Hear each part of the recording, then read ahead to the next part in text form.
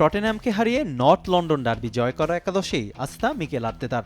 অপেক্ষাকৃত সহজ প্রতিপক্ষ হলেও বোর্নমাউথকে হালকাভাবে নেয়ার ভুল করেননি মিকেল আর্তেতা। এখান থেকে পয়েন্ট হারালে শেষ হয়ে যাবে শিরোপা জয়ের সম্ভাবনা।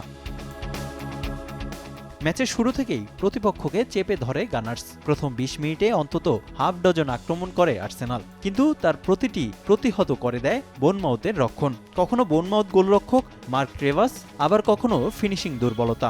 বেশ কিছু নিশ্চিত গোলের সুযোগ হাতছাড়া করে হতাশা বাড়াতে শুরু করে স্বাগতিকরা।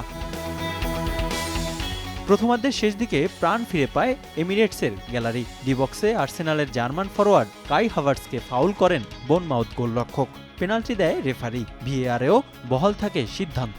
স্পট কিক থেকে নিখুঁত ফিনিশিংয়ে আর্সেনালকে লিড এনে দেন বুকায়ো সাকা। লিড নিয়ে বিরতিতে যায় মিকেল আর্তেতার দল। দ্বিতীয়ার্ধের শুরুতেই লিড দ্বিগুণের সুযোগ আসে স্বাগতিকদের। এবার বোর্নমাউথ গোলরক্ষককে একা পেয়েও বল জালে পাঠাতে পারেননি সাকা। এর ৩ মিনিট পর হাভার্টসের দুর্বল শটও পারেনি লিড বাড়াতে।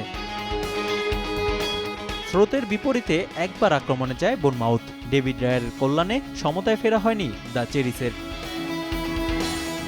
এক গোলের লিড কখনোই স্বস্তি দেয় না। ৭০ মিনিটে দায়িত্ব তুলে নেন টসার্ড। এই বেলজিয়ানের গোলে আবারও গর্জে ওঠে এমিরেটসের গ্যালারি।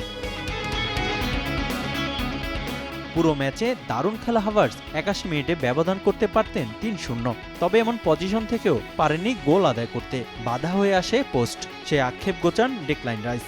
ম্যাচের যোগ করা সময়ে তার গোলে ৩-০ ব্যবধানে জয় নিশ্চিত হয় আর্সেনালের। লিগের ২ ম্যাচ বাকি। পয়েন্ট টেবিলের শীর্ষে থাকলেও এখনও শিরোপা নিশ্চিত হয়নি আর্সেনালের।